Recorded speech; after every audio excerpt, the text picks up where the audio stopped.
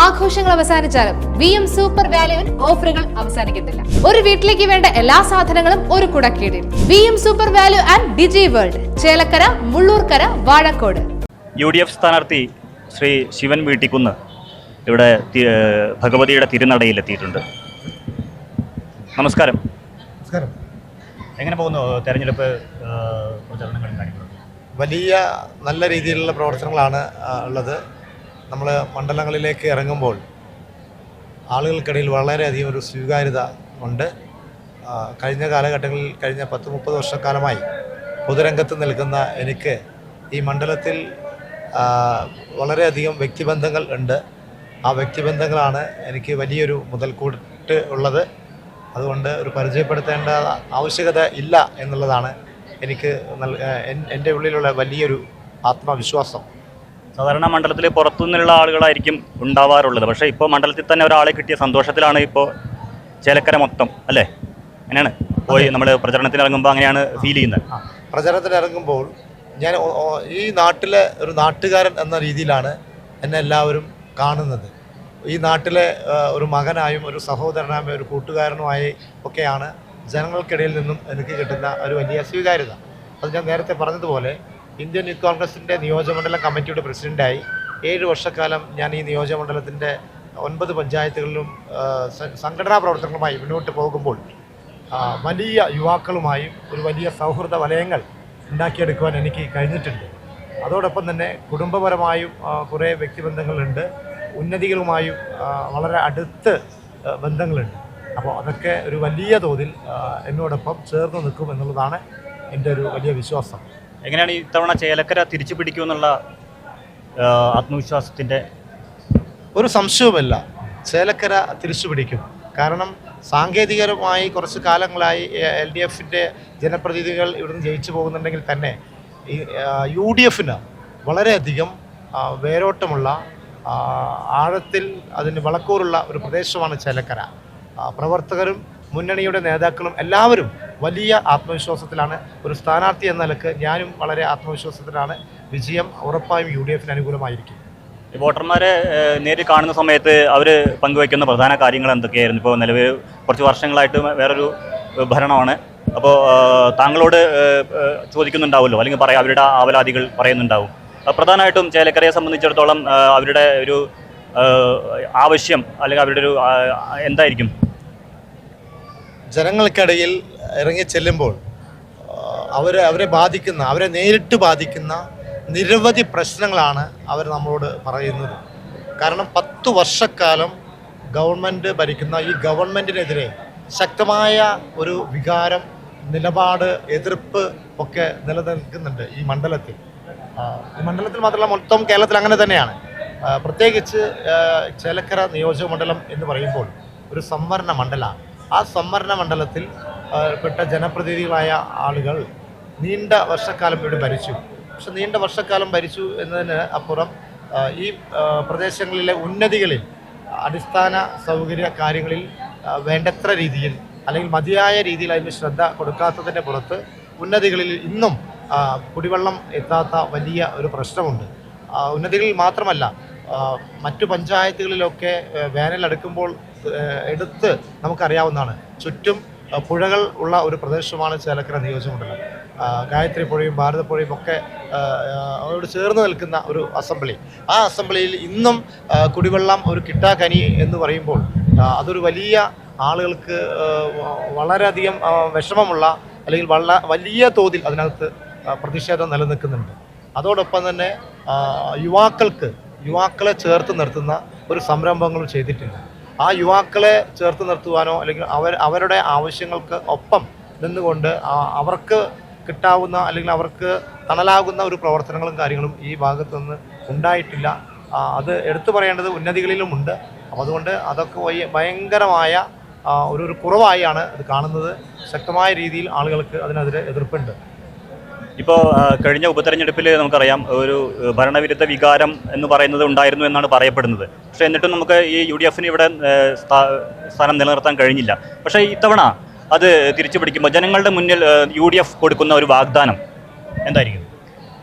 കഴിഞ്ഞ ഉപതെരഞ്ഞെടുപ്പ് സമയത്തും ഞങ്ങൾ ഒരു തിരിച്ചുവരവിൻ്റെ വലിയ ഒരു തിരിച്ചുവരവ് ഞങ്ങൾ ഉണ്ടായിട്ടുണ്ട്. കാരണം അതിൻ്റെ വോട്ടിംഗ് പാറ്റേൺ നോക്കുമ്പോൾ തന്നെ അതിൽ വലിയ വ്യത്യാസം ഉണ്ടായിട്ടുണ്ട്. തുടർന്ന് തദ്ദേശ സ്വയംഭരണ തെരഞ്ഞെടുപ്പ് ഇവിടെ വന്നു.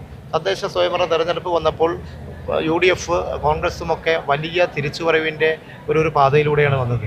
കേവലം 7,000-8,000 ഇടയ്ക്കുള്ള ഒരു വോട്ടിൻ്റെ വ്യത്യാസം മാത്രമാണ് ഇവിടെ ഉള്ളത്.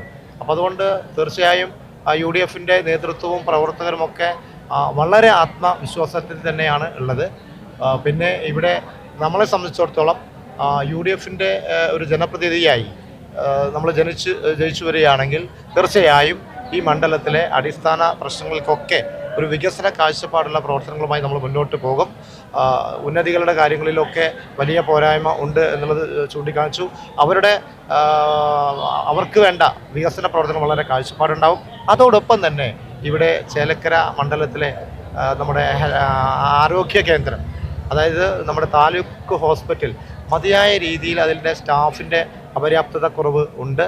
അതോടൊപ്പം ഒരു വിദഗ്ധ ചികിത്സ കിട്ടണമെങ്കിൽ മെഡിക്കൽ കോളേജ് അതല്ലെങ്കിൽ ഒറ്റപ്പാലം മറ്റു സ്വകാര്യ ആശുപത്രികളെ ആശ്രയിക്കേണ്ട ഒരു വലിയ ഗതികേടിലാണുള്ളത്. മറ്റു നിയോജകമണ്ഡലങ്ങളിലും മറ്റു ജില്ലകളിലുമൊക്കെയുള്ള ആശുപത്രി സൗകര്യങ്ങൾ വെച്ച് നോക്കുമ്പോൾ ഇവിടെ വളരെയധികം അതിന് പോരായ്മ ഉണ്ട് എന്നുള്ളത് തന്നെയാണ് ഉള്ളത്. അതോടൊപ്പം തന്നെ ഇതൊരു കാർഷിക മേഖലയാണ്. ആ കാർഷിക മേഖലയ്ക്ക് കർഷകർക്ക് അവരുടെ ഉൽപ്പന്നങ്ങൾ മതിയായ മലയോര പ്രദേശം കൂടിയാണ്. അവരുടെ വിളവെടുപ്പിന് ആവശ്യമായ വരുമാന മാർഗം അവർക്ക് കിട്ടുന്നില്ല, അല്ലെങ്കിൽ അതിനത് കിട്ടുന്നില്ല. അപ്പോൾ അതുകൊണ്ട് അതൊരു വലിയ ഒരു വിഷയമാണ്. അതേപോലെ തന്നെ കർഷകർ നേരിടുന്ന ഒരു വലിയ ഭീഷണി എന്ന് പറയുന്നത് വന്യമൃഗങ്ങളോടുള്ള ഇതാണ്. ആ വന്യമൃഗങ്ങൾ അവരുടെ കൃഷി വിളകൾ നശിപ്പിക്കുന്ന കാര്യങ്ങളുണ്ട്.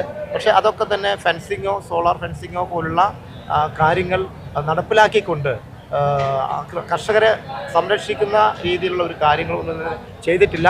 അത്തരം കാര്യങ്ങൾക്കൊക്കെ വലിയ പരിഗണന കൊടുക്കുന്ന തരത്തിലുള്ള കാര്യങ്ങളുമായി നമ്മൾ മുന്നോട്ട് പോകും. അതുപോലെ തന്നെ ഇവിടെ നേരത്തെ സൂചിപ്പിച്ച കാര്യം എന്ന് പറയുന്നത് കുടിവെള്ളത്തിൻ്റെ കാര്യത്തിൽ വളരെ വികസന കാഴ്ചപ്പാടുള്ള ഒരു മാസ്റ്റർ പ്ലാൻ നമ്മൾ തയ്യാറാക്കി നമ്മൾ മുന്നോട്ട് പോകും. ഇപ്പോൾ ഒരുപാട് പേരുടെ പരിഗണനയിൽ പേരുണ്ട് എന്നൊക്കെ പറഞ്ഞ അവസാനമാണ് ശ്രീ ശിവൻ വീട്ടിക്കുന്നിൻ്റെ സ്ഥാനാർത്ഥിയായി പ്രഖ്യാപിച്ചത്. അപ്പോൾ അതങ്ങനെ ഒരു അവസരം കിട്ടി, അങ്ങനെ പ്രതീക്ഷ ഉണ്ടായിരുന്നോ? ശിവൻ വീട്ടിക്കുന്ന് എന്ന് പറയുമ്പോൾ ഞാൻ നേരത്തെ സൂചിപ്പിച്ചതുപോലെ ഈ കഴിഞ്ഞ 30 വർഷക്കാലമായി സാധാരണക്കാരുടെ ഇടയിൽ നിന്നും കർഷക തൊഴിലാളിയെ കുടുംബത്തിൽ നിന്നും ജനിച്ചു വളർന്ന് പൊതുരംഗത്ത് നിൽക്കുന്ന ഒരു പ്രവർത്തകനാണ്. അപ്പോൾ ഞാൻ 30 വർഷക്കാലം ഇവിടെ നിൽക്കുമ്പോൾ കൊണ്ടാടി ഗ്രാമപഞ്ചായത്തിൽ 2 തവണ മെമ്പറായി നമ്മളവിടെ ഉണ്ടായിരുന്നു. അതോടൊപ്പം തന്നെ 20 വർഷക്കാലം സർവീസ് സഹകരണ ബാങ്കിൻ്റെ ഡയറക്ടറും തുടർന്ന് പ്രസിഡൻറ്റുമായും ഉണ്ടായിരുന്നു.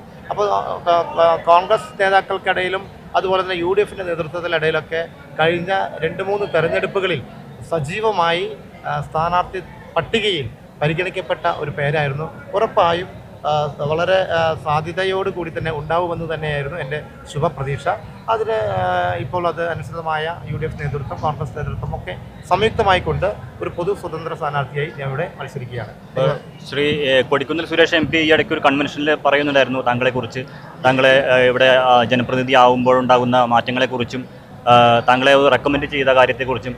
അപ്പോൾ ഈ UDF നിലയിൽ അവരുടെ ഉന്നത നേതാക്കളുമായിട്ടുള്ള ബന്ധം എത്രത്തോളം ഇവിടെ നമുക്ക് താങ്കളൊരു MLA ആയി വന്നു കഴിഞ്ഞാൽ നമ്മുടെ മണ്ഡലത്തിന് വേണ്ടി, കാരണം വലിയൊരു ഉത്തരവാദിത്വമാണ്, ഒരു പുതുമുഖമാണ്, നമ്മൾ മണ്ഡലത്തിലെ സുപരിചിതനാണെങ്കിൽ കൂടെ MLA എന്ന രീതിയിൽ പുതുമുഖമാണ്. അപ്പോൾ നമ്മൾ വിജയിച്ചു കഴിഞ്ഞാൽ തീർച്ചയായും വലിയൊരു ഉത്തരവാദിത്വം, കാരണം ഇപ്പോൾ ജനങ്ങളുടെ ആവശ്യങ്ങൾ നിറവേറ്റി കൊടുക്കുക, അവർക്ക് അവരുടെ ആവലാതികളെല്ലാം മാറ്റി കൊടുക്കുക എന്നുള്ള വലിയ ഉത്തരവാദിത്വം താങ്കൾക്ക് ഉണ്ടായിരിക്കും. അപ്പോൾ അത് എങ്ങനെ മുന്നോട്ട് കൊണ്ടുപോകാൻ കഴിയും? ആ ഒരു പുതുമുഖം എന്ന രീതിയിൽ മൊത്തത്തിലുള്ള ഒരു സപ്പോർട്ട് കൂടെയുള്ളവരുടെയും നേതാക്കന്മാരുടെയും. നമ്മൾ ജനപ്രതിനിധി എല്ലാവരും ആദ്യം ഇപ്പോൾ വർഷങ്ങളായി ഇവിടെ MLA-മാരും അല്ലെങ്കിൽ മന്ത്രിമായ ആളുകളൊക്കെ അവർ തുടക്കക്കാരായിരുന്നല്ലോ. അപ്പോൾ എന്നെ സംബന്ധിച്ചിടത്തോളം ഒരു തുടക്കക്കാരൻ എന്നുള്ള രീതിയിൽ അങ്ങനെ ഒരു ഭയപ്പാടോ അല്ലെങ്കിൽ അതിന് പ്രയാസമൊന്നുമില്ല. ഞാൻ നീണ്ട ഗ്രാമപഞ്ചായത്ത് ജനപ്രതിനിധി ആയിരുന്നു. അപ്പോൾ അതോടൊപ്പം തന്നെ സംഘടനാ രംഗത്തും ഒക്കെ നിൽക്കുന്ന പൊതുവായ കാര്യങ്ങളെക്കുറിച്ച് പലപ്പോഴും വളരെ കുഞ്ഞു പ്രായത്തിൽ തന്നെ സംഘടനാപരമായൊക്കെ നിന്നുകൊണ്ട് നിയമസഭയിലും അല്ലെങ്കിൽ നിയമസഭയ്ക്ക് അകത്ത് എന്ന് പറഞ്ഞു കഴിഞ്ഞാൽ അതിന് ഉത്തരവാദിത്തപ്പെട്ട ജനപ്രതിനിധികളുമായൊക്കെ കാണാനും അവർ നടത്തുന്ന പ്രവർത്തനങ്ങളെക്കുറിച്ചുമൊക്കെ നേരിട്ടൊരു അനുഭവ പരിചയമുണ്ട്.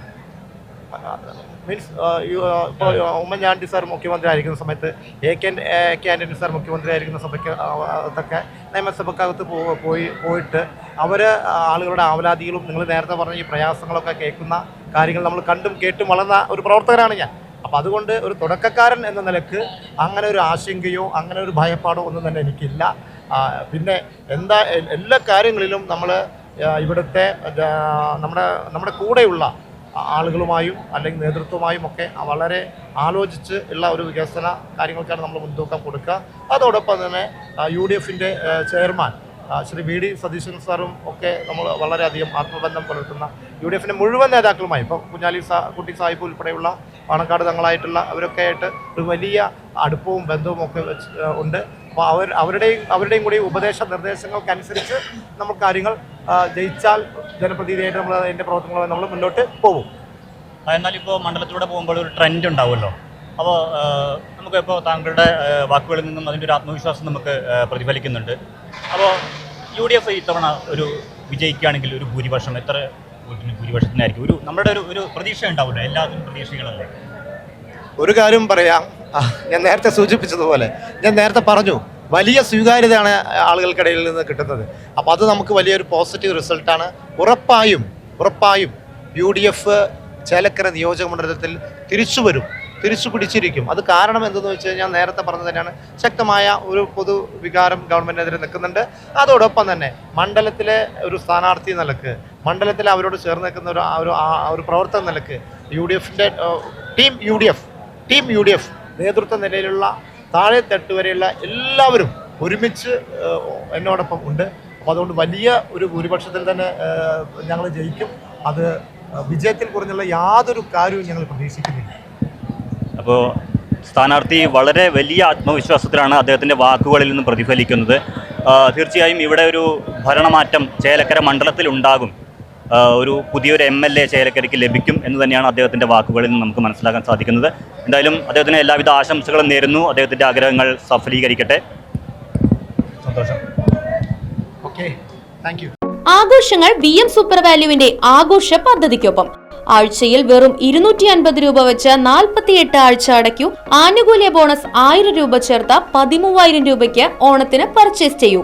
കൂടാതെ വിഷു, പെരുന്നാൾ, ഈസ്റ്റർ, മറ്റ് നാട്ടുത്സവങ്ങൾക്കും ക്രെഡിറ്റായി പർച്ചേസ് ചെയ്യുവാനുള്ള അവസരവും. ഒപ്പം 10000 രൂപ വരെ ലാഭം ലഭിക്കാവുന്ന പ്ലാറ്റിനം കാർഡിന്റെയും 5000 രൂപ വരെ ലാഭം ലഭിക്കാവുന്ന ഗോൾഡൻ കാർഡിന്റെയും പ്രത്യേക പദ്ധതിയും ഒരുക്കിയിരിക്കുന്നു.